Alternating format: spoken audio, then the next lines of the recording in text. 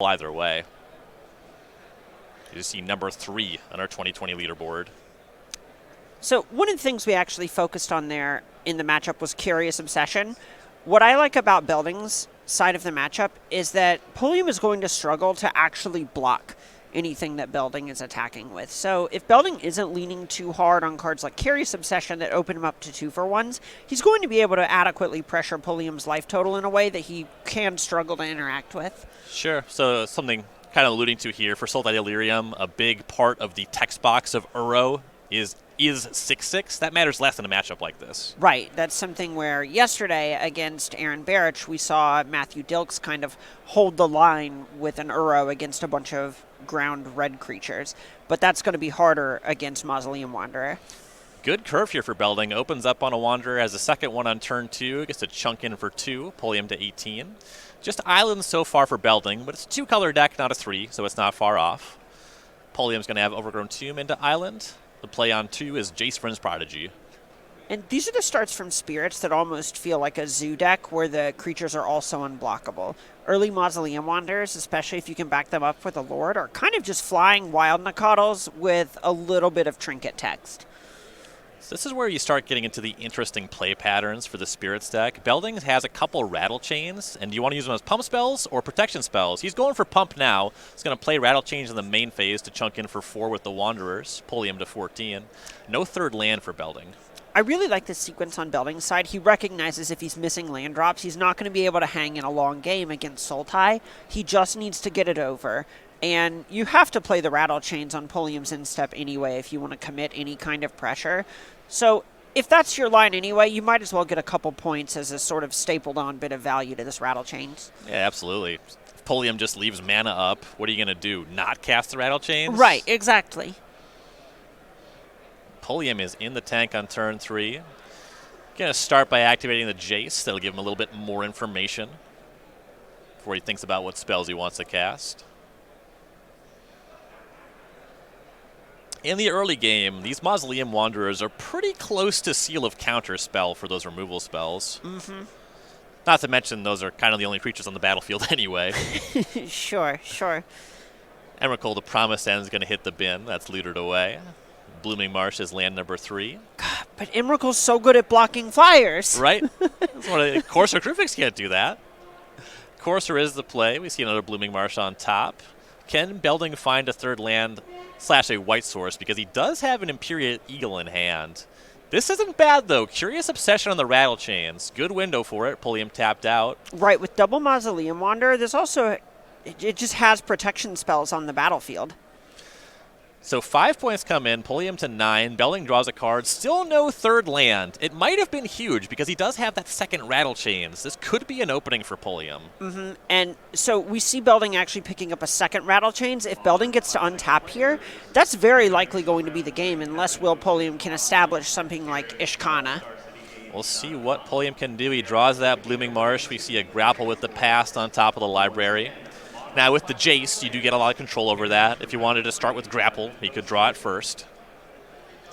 So he's probably looking for something a little bit more impactful on the battlefield.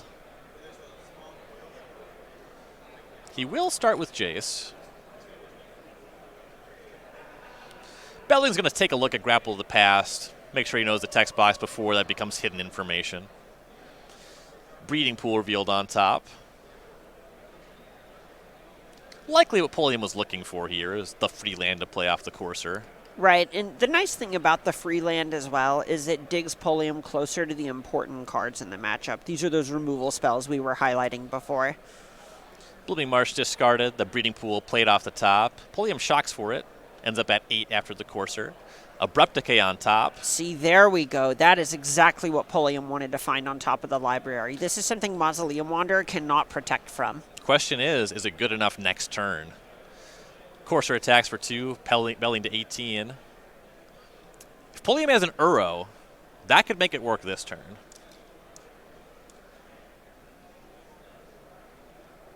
Swift End is going to target the Rattle Chains. This is a little bit of a big ask for Belding, though. There's still 1 mana up for Pulliam. You don't want to sacrifice both of your Mausoleum Wanderers, especially when you see that Abrupt Decay on top. Right. Pulliam goes to 6 for the trouble, though.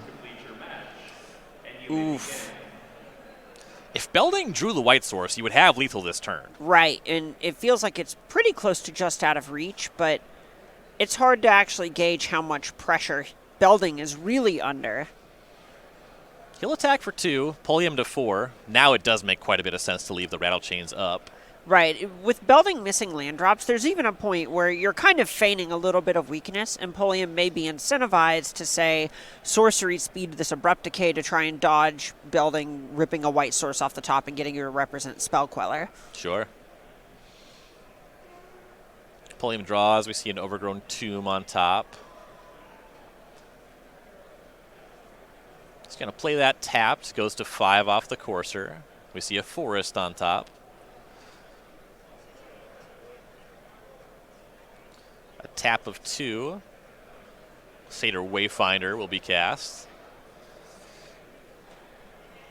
Forest or Fabled Passage, some options here. Looks like he's losing a Traverse and another Wayfinder. Fabled Passage goes to hand. So transforming Jace is actually a way for Pulliam to not literally kill a Mausoleum Wanderer, but effectively get it off the battlefield. Yeah, that option now online. Pulliam's going to attack with Courser, Belding to 16. Now Jace will loot, drawing a second copy of Jace. Belding is thinking about holding here.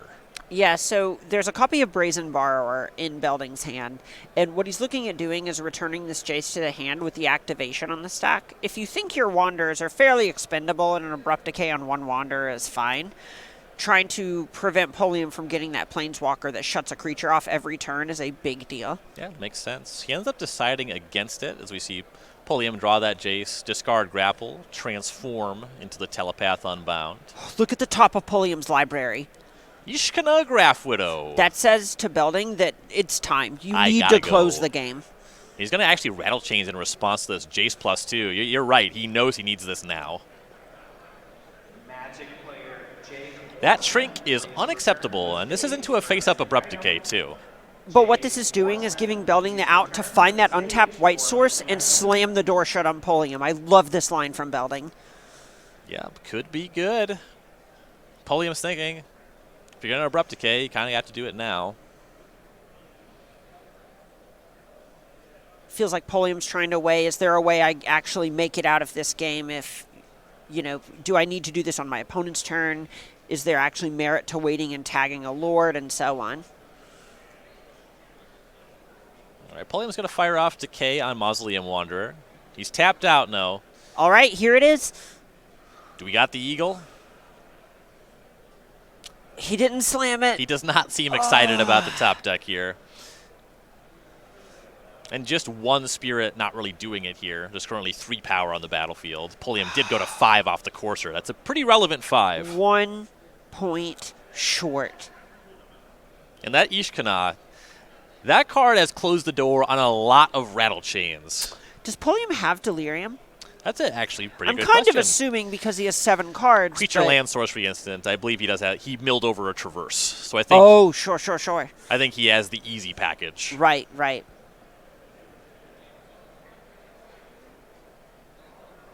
Satyr Wayfinder does work in that deck. So here's an attack 4/3 from Belding. Not quite enough, though. Pulliam to 2. Oh, his top deck for the turn being Archangel Avacyn is just such insult to injury. That is frustrating, no doubt. As Ishkana Graph Widow, picked up by Pulliam. The mighty spider legend. In the words of Ronald Weasley, I don't like spiders. Sounds like Ron's got it figured out. Fabled Passage for Pulliam goes to 3. Passage actually providing a good amount of insulation via Courser of Krufix here. Yeah, he wants to shuffle away that Thoughtseize. It's worth 2 life. A lot of value in that passage. Ishkana shows up. Spiders in tow. An attack for 3 from the Courser and the Wayfinder. Belding to 13, but those blockers are what this game is about now. Jace will plus on the Wanderer. Another Rattle Chains is going to save. And like you said, that was 1 point shy of lethal if Belding used it proactively. Oh, Jeez, no. Glacial Fortress was the next card down, so Belding plays it. He might have a way to fight through these spider tokens. Maybe the petty thefts can bounce the tokens. It's a little tough when you're choked on mana, though, right? Sure, there's certainly a point where it's even possible. So we see 2 copies of Empyrean Eagle, and Rattle Chains gives those flash. So you can even have mid-combat Lords, which grows Mausoleum Wanderer into the stratosphere, and Rattle Chains can actually then survive double blocks from spiders if you have 2 of them. So it's possible Belding is going for a sort of gotcha combat step. Sure. We see Pulliam fetch away that Thoughtseize, gains a life, fighting an island, reveals Blooming Marsh, draws it for turn. You see a Rivulet on top. You're going to see Pulliam pad the life total a bit with that Courser. He can really start gaining life if he finds an Uro. As you see, the Rivulet puts him to 5. At this point, the game is simply about not dying. Pulliam is mostly stabilized, but he is still kind of in that precarious zone of might lose the game out of nowhere. Jace is going to -3. Looking at flashing back Abrupt Decay. That certainly speaks to the point you made. I'm going to kill your stuff because I don't want to randomly die. Right. At this point, from the Delirium side, Pulliam just wants to reduce the resources of both players as much as possible because he knows his cards are worth more, pound for pound. Decay targets Mausoleum Wanderer. That works. No 4th Rattle Chains there.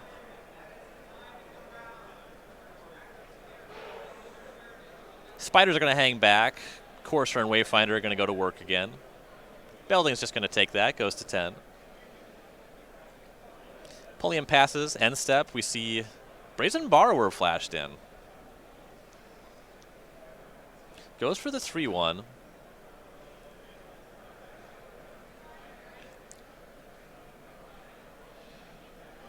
And I imagine the thought here is just that Empyrean Eagle, despite feeling like a Lord in the Spirits deck, it's actually just a flying Lord.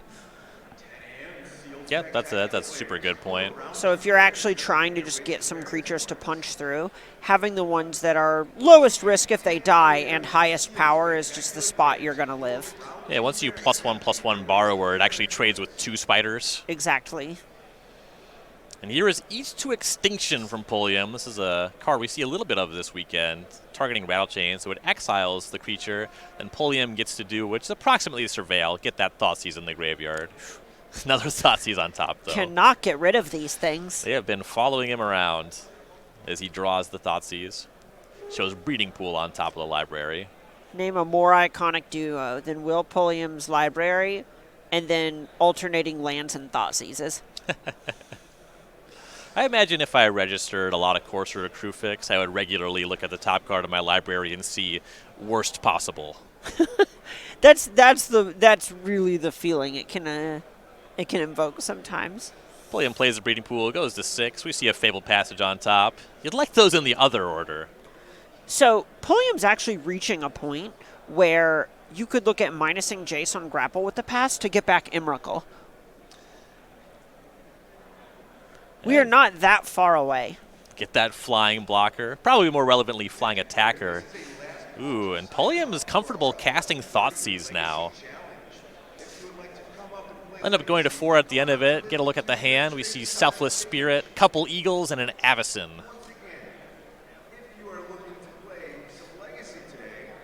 Avacyn, you know, when you can actually cast it, has some play against Ishkana, but I'm thinking Pulliam's going to close before Belding can leverage that. Yeah, if Belding spins, so he needs at least 2 more lands. That means 2 of the draw steps coming up have to be lands, which are kind of bricks in the meantime. So Belding more or less bricking for 1 to 2 turns is not something I think he can afford. Pulliam's going to take one of the Eagles, goes to 4 for the trouble. We see Jace looking at a flashback here. I believe Eat to Extinction being considered flashback. Attack for 3 with Courser and Wayfinder. That'll connect once more. Belding to 7.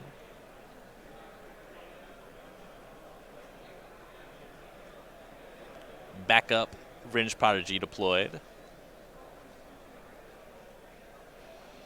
And now Pulliam casts the Eat. So he targeted the Eat to Extinction pre-combat so he could have it up in case of some flash blocker shenanigans. And now, before he passes the turn, he is going to flash it back on the Rattle Chains. Empyrean Eagle can't be flashed in. There's no Rattle Chains anymore. Belding needed to respond with that.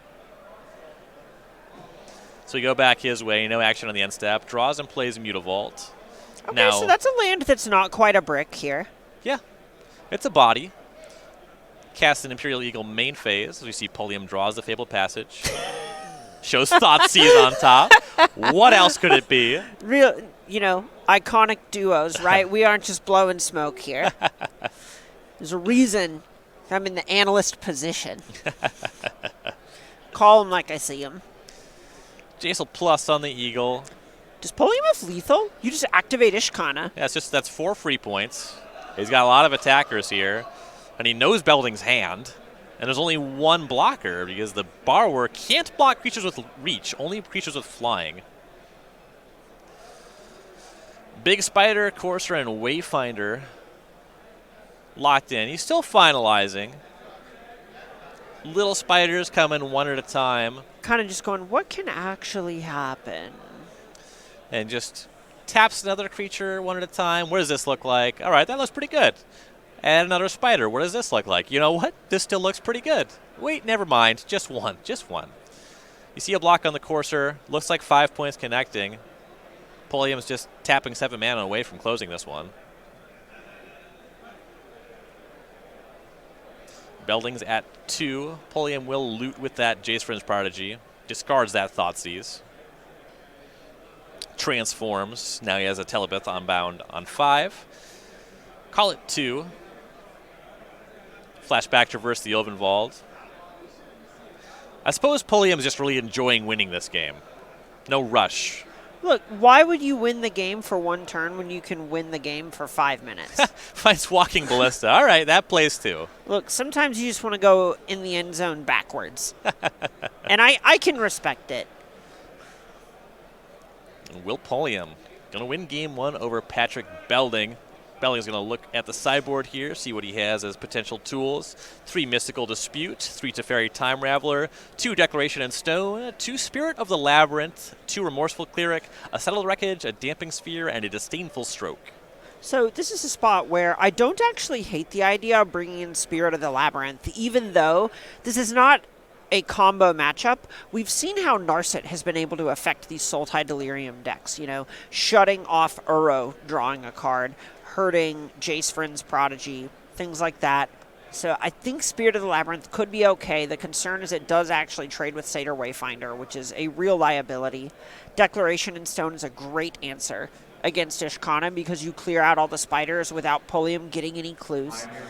And then I think the last thing I'm going to be looking at is possibly some number of Mystical Dispute. All right, for Will Pulliam, we have 3 Leyline of the Void, 2 Unmoored Ego, 2 Damping Sphere, 2 Mystical Dispute, 2 Sultai Charm, Hostage Taker, Abrupt Decay, Agonizing Remorse, and Tireless Tracker as one of. So you're cutting your slope cards, you're bringing in your removal. That's basically what we're looking at doing it here. This is a creature matchup. You want to see Sultai Charm, Mystical Dispute against the basically mono blue deck. Naturally going to be absurd. Abrupt Decay, I would expect Hostage Taker to find its way in the deck. These are just all things that are great when you're interested in reducing both players' total resources. Sure. Yeah, script for game 1 was kill a couple things, cast an army of spiders, try to do that more frequently. More removal spells makes a lot of sense. Players shuffling up for game number 2. Now round 11. Probably need a pretty sturdy sleeve to play that many rounds. Maybe something like an Ultimate Guard Katana sleeves, which we'd like to tell you a little more about right now.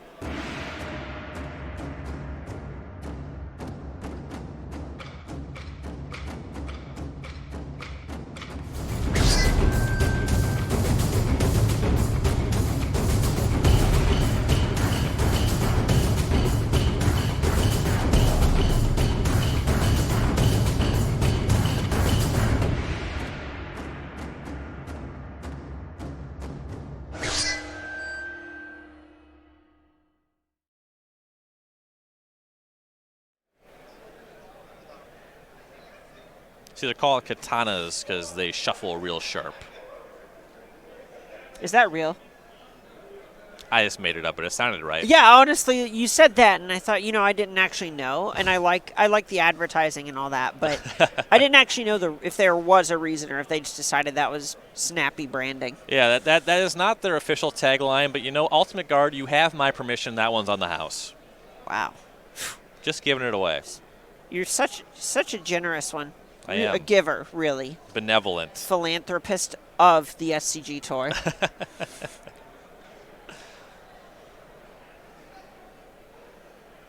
Both players were looking pretty closely at their openers. Pulliam seems to have decided he likes his. Belding, though, maybe looking at another close one.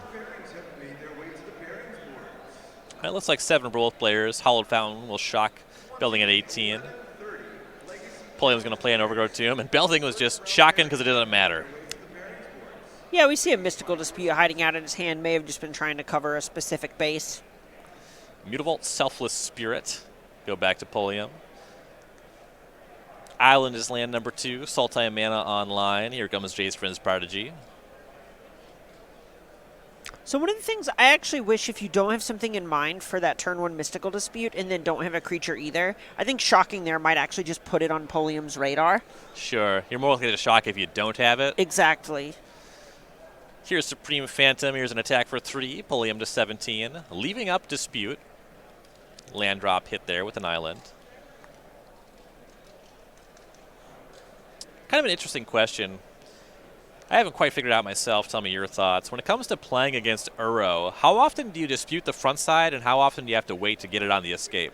I think it's going to vary based on the texture of your hand, how your curve's going to fill out, and all of that. It also depends. If they have actual nothing going on the battlefield, I'm more interested in stunting their early development, since you're more likely to choke them on mana that way. But if they already have a couple things on the battlefield or have something else going on and it feels like they're going to be able to use their mana fine for a couple turns anyway, I would rather get a larger mana advantage. Yeah, makes sense. Pulliam asked the question. Belding decided he did want to dispute, and now he's going to apply some more pressure. He's going to shock, play Wanderer and Empyrean Eagle. Move to combat. I would like to attack you for 6, and next turn I'd like to attack you for a lot more. Pulliam at 11. Basically facing lethal at this point. Yeah, that 3 life could have really mattered, right? That dispute looking pretty good now. Right. Belding also used all of his mana. Exactly, and this is why we see him just countering the front side rather than sandbagging that Mystical Dispute. Belding is great at spending all of the mana in this Azorius Spirits deck. Jace will loot away Satyr Wayfinder, but Pulliam needs something big. Probably a couple things the way the deck's configured. Satyr Wayfinder is where he will start. You see a Fabled Passage. Other stuff going to the graveyard. Fabled Passage to the hand. I feel like Fabled Passage is one of the unsung heroes of this deck. It's a mana source that puts a card in your graveyard and is a painless way of getting whatever color you need. Synergizes with Courser. Kind of synergizes with Jace and Uro. That card does a lot. Right. It's something that every time someone has one in the Sultai Delirium deck, I go, wow. This is actually kind of adding a lot to their game plan despite basically being a slightly better evolving Wilds. It really reinforces the story of fetch lands being the first cards banned in this format. Yes, absolutely. It just kind of shows how much those cards can warp everything around them. You see Jace discards the passage. It'll transform. Telepath Unbound is going to plus. Looks like Mausoleum Wanderer is a selection. Pulliam plays Opulent Palace tapped. So he has an untapped Blooming Marsh as we go back over to Belding. Looking for a way to deal 11 damage. Looks like the hand's pretty full of pump. We see a Curious Obsession. That's going to target Supreme Phantom. Here's an attack. Let's redo some math. So the Wanderer is -2, but it's also +2. So on the balance, it's going to be 1 at the end. Jumping through a lot of hoops to get to its printed power. Right. 4 on the Spirit, so that's 5. We have 3 on the Phantom, that's 8. And then another 3, that's 11. All right. Some quick maths. That's why you play Azorius Spirits, that game, right? Azorius Spirits is doing something very similar to Mono Black Aggro, where rather than trying to play this big interactive game like Sultai Delirium, we see, let's have a good amount of pressure, this time leaning into evasion rather than Savannah Lions that stick around, Let's have some good pressure, backed up by 1, maybe 2 disruptive spells, and slam the door shut while making them, say, skip their 3rd turn effectively. Players are going to shuffle up for game number 3. It looks like Belding's doing some re-sideboarding for game number 3. Take your time, though. You want to spend as much time as you can in those Karnox shares. And you at home can save 10% on your own at checkout when you go to Karnox.com/SCG. We've got your back. That one is their line. I didn't come up. It's on the slide. So, Ryan, I bought glasses for reading. I can see it. I appreciate you, but I got it. I'm just saying I can't take credit for that. I mean, I'm not going to stop you. I guess I won't take credit for that. It would be optimistic. You know, a lot of times I say, that is just allowed, but I actually don't think that one's allowed. Yeah, that you one, will get arrested for that. There's some problems with doing yeah. That's not good behavior. It's what we call a no-no. Will Pulliam, you see on the right here, number 3 in 2020 on our leaderboard. Last year, played 15 Opens, 3 top 8s, and a win. 2 wins all time. An invitational top 8 as well. A player we saw early on making a name, playing Amulet Titan, which, for my money, just really demonstrates a high level of technical skill. And when we see him playing, he's shown that across a variety of archetypes at this point, whether it be Team of Reclamation. Right now you see him playing the Sultai Delirium deck. Really complicated turns. Yeah, he puts in a ton of work. So we actually, the areas we both came up in are about an hour apart from one another. And so, we would see each other at PTQs, old IQs, etc. He has put in so much work over the last couple of years, and it's paid off for him in a big way. And the range is even wider than that. He has an open win with mono red in standard. Just a week 1 win with mono red, which is totally different from these other decks. Yeah. And that was even a fairly experimental version at the time that, well, it wasn't experimental because it cut Experimental Frenzy for the new War of the Spark Chandra. Pulliam on the play in game 3. He's going to play a Fabled Passage. This time we see Belding open on Port Town. Shows an island, but imagine he doesn't use the mana again. You could maybe see a dispute on a Jace. And, this is actually a very reactive hand from Belding. We see Mystical Dispute, Declaration in Stone, and Spell Pierce, I believe. Oh, that's a Remorseful Cleric. That's not Declaration in Stone. Cleric's probably pretty good in this matchup. You see Pulliam play Blooming Marsh. Belding's going to flash in the Spectral Sailor. Okay, he did have a use for the mana. There's a couple of those in the deck. So you see Mutavault as land number 2. An attack for 1 puts Pulliam to 19. Love a good spooky pirate. I like this design a lot, actually. I really like it. I think this card's very charming. No other action, though. Pulliam's going to go to his turn. On 3, he has a Blooming Marsh into Courser of Krufix. Shows a Fabled Passage on top. What do you think the next card is? Gotta feel good. Well, I would say Thoughtseize, but hopefully Will Pulliam has those into the sideboard at this point. Very fair point. So you see Belding flash into Rattle Chains. On his turn, he's going to attack for 3, Pulliam to 16. Island is land number 3 for Belding. So this is the true Flash game from Spirits, where it doesn't feel as tribalistic, and it just feels much closer to a fish deck almost. Yeah, the gameplay is just so dynamic, and getting to do that in a deck that's largely just creatures with power and toughness is what makes the deck so powerful. Right. It's very hard to play around everything, so you have to make choices as Belding's opponent that lead to you kind of getting crushed sometimes because you played around the wrong thing, but you can't play around a removal spell and a counter spell and them flashing in a Lord. You have to pick your spots well. And it's about mitigating the damage of all of those. Pulliam's going to play Fabled Passage, goes to 17. Thinking about where he wants to go from there. But he has a lot of things to think about. That is very much true. Like just hanging back with the Courser as we see Mausoleum Wanderer flashed in.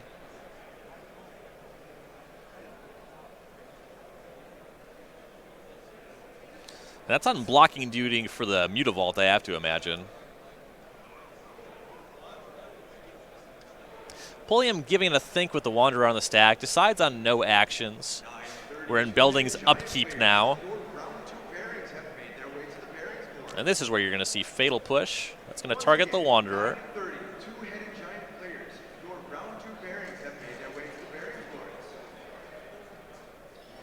Plenty of mana left over for Pulliam. Yeah, at this point, we see Pulliam kind of forced to respect things like Mausoleum Wanderer and Spell Pierce, and just not actually having to commit that much, because 3 is a good amount, right? It's real pressure, but especially when you have a Courser of Kruphix going, it's not going to end the game in a reasonable fashion. Fatal Push works. The rest of the team is going to knock Pulliam to 14, and a big land number 4 for Belding. It's another Mutavault, so 2 creature lands. It's also land number 4 for the Spectral Sailor, and he can just leave up this interaction if he doesn't have to cast it. Right, and we see things like Remorseful Cleric plus Spell available in hand. See, Pulliam's going to draw. He's going to play an Overgrown Tomb tapped. Goes to 15. You see another Breeding Pool on the top of the library. No spells, and here you see Belding. He's going to draw a card with the Spectral Sailor. Window for Pulliam to cast something. He lets the card draw resolve. A tap of 3. There is a Sultai Charm in hand. It will target the Spectral Sailor. Enough of this, says Pulliam. Belding now untapping just the Rattle Chains for creatures. The one nice thing about the Rattle Chains, it does have more power than Spectral Sailor. So if card advantage isn't necessarily the fight you're fighting, and it was just kind of incidental on the Spectral Sailor, there's a strong case to be made for Belding preferring things to shake out this way. Sure. He's going to main phase Supreme Phantom. Here's an attack for 3 with the chains.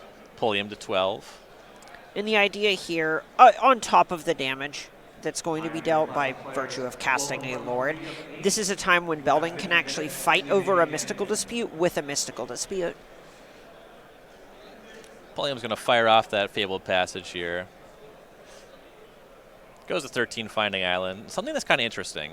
Mutavault has been kind of a card that people really debate the number of copies they want to play.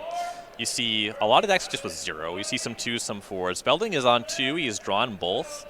And with him not ever using them to attack, like he can't into the Courser, he's a little choked on blue mana, honestly. There's a point where you have all these 1s and 2s, and you want to be great at spending all your mana each turn, capitalizing on these mana advantages and so on, but somehow Belding is choked on to the point of only getting to cast 2 spells a turn, which is a weird thing to say, but that's kind of the way things are at the moment. Right. I mean, when you get to turn 6 and you have 6 cards in hand, you wish you could cast 3 of them. Right. Especially when one is Spell Pierce, right? It's just such a low impact card. Oh, speaking of Spell Pierce.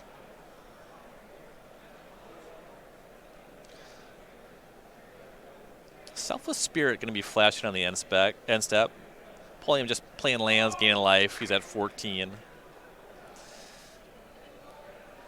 It's going to be a response. I think Eat to Extinction. He's going to go for the Supreme Phantom. Pulliam says, I'll leave this Fatal Push on top. And that was a situation where Pulliam tapped too low, right? There's only 1 mana left over, but Belding just not able to have the mana for the Pierce. Exactly. And we see him top deck a white source here, Belding, and have a bunch of blue spells in hand. So in a lot of ways, it feels like a colorless source. Right. The Spirit and the Rattle Chains do get to go to work. They'll attack Pulliam down to 10. Pulliam draws Fatal Push. Going to play an Overgrown Tomb tapped. Goes to 11 off the Courser. Believe a Murderous Rider in the hand along with the Fatal Push. He'll pass turn. Belding will flash nothing in this time. Goes to his draw step. Once again attacks for 4 with the Rattle Chains and the Selfless Spirit. Pardon me, a Remorseful Cleric. Both have good abilities, but they are pretty different in this matchup. Cleric actually impacting one of the things that most decks don't have the ability to do. Yeah. Tormad's Crypt with power and flying. It's a fine card. Love a good Welkin Crypt. Fatal Push on the Rattle Chains. Remorseful Cleric connects. Pulliam to 9. Glacial Fortress for Belding. Belding really needs to find more pressure at this point. We see all these reactive cards that are really just kind of becoming ineffective as the game continues and Pulliam just hits land drops. Pulliam draws Mystical Dispute. You see Satyr Wayfinder on the top of the library. How much life has this Courser actually gained if you factor in that it's holding off the Mutavaults? Right. Upwards of 15, 20 life. Showed up on turn 3. He's made every land drop since. Some of them are the Fabled Passage, and like you said, Mutavaults have just been hanging back. Right, this could be a big pickup for Belding. Over in his turn, here's Empyrean Eagle. Gets to attack for 3 with the Cleric.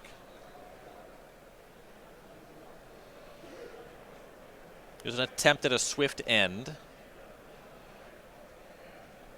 And these non-blue cards are really hurting Belding, right? He could, if he had the mana, Mystical Dispute plus Spell Pierce this. Pulliam has 4 mana left over, but he kind of just has not been able to leverage any of these cards at all. Right, and the hard counter here in Disdainful Stroke is something that sounds great because it can tag something like Ishkanah, but despite Sultai having so many ways to use its mana, other than Eat to Extinction, Pulliam hasn't cast anything that you can Disdainful Stroke. Swift End on the Eagle is going to work. Pulliam's going to end up at 5 after taking the hit from the Remorseful Cleric. You see he draws the Wayfinder. Thoughtseize is on top of the library. If I had $1. Satyr Wayfinder will clean that up, as that is the cast. You do see some lands, a forest and a watery grave as choices, and I think 2 Thoughtseizes. Kind of happy to put those in the graveyard. He will take a watery grave. Little known fact: a Thoughtseize in the graveyard worth 0 in the hand. I follow. Pulliam revises a choice, takes basic forest. Yes, you traverse the Oven Vault on the top of the deck. It's hard to imagine it feels like he's having any sort of color requirement issues when this is going to be his 8th land. Right. The Painless one is a little better. Makes sense to me. He casts Murderous Rider, and now Belding's going to tap 3 for Mystical Dispute. Gotta feel thankful if you're in Belding's spot when someone has 7, 8 lands on the table and you actually get to resolve Mystical Dispute on a not blue spell. Yeah, finally got to use this stupid card, you know? And this is a game where I understand why Belding has all of these cards in his deck. It just feels like he really needs more pressure. Oh, yeah, I mean, the Dispute was great in Game 2. Exactly. It basically won the game. Here's a Traverse for Pulliam. That was a window where if Belding had more of a battlefield, you might see the Cleric go off, but this is just going to work. Oh. Speaking of more of a battlefield, Ishkanah Graph Widow go into Pulliam's hand. But we know Belding has that Disdainful Stroke. Yeah, that's a good answer. And Pulliam just got rid of those Thoughtseize. Mystical Dispute on top. Pulliam now plays the Forest, goes to 6. Back over to Patrick Belding. Once again, very close to closing. We'll see if he can go all the way this time. Inch by inch. Cleric bumps Pulliam to 4.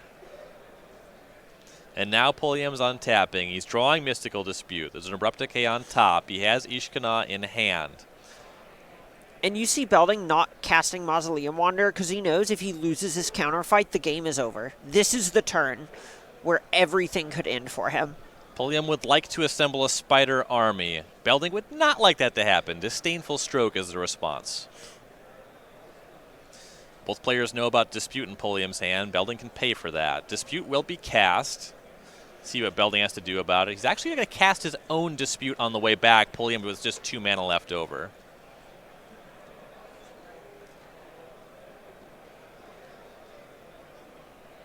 And that works. The spider army has been withheld. This might actually happen. It's looking good. Yeah. Pulliam passes. Gonna see Belding draw. Rattle Chains picked up. That's huge. If we see Belding pick up his pace of play here. Attack you with my Cleric. You're at 2. He knows it's so close. Here's a Mausoleum Wanderer. I know you only have Abrupt Decay on top, and I got the counter for that. Your turn. Pulliam draws Abrupt Decay. He'll need more than that. There's a second one on top. No way to get that just yet. see Pulliam surveil the battlefield. Things look rough. I don't know if Pulliam has a way out here. I think Belding's just navigated this game very well. It feels like things didn't come together for a little bit, but he kind of held his position in a way that led to him being able to capitalize on these cards that you got to maneuver to actually make them work. Here's the attempt on Abrupt Decay. Rattle Chains is going to catch that. Pulliam with one card left over is Mystical Dispute. That's not going to do it. And you see Patrick Belding going to advance to 9-2 over Will Pulliam.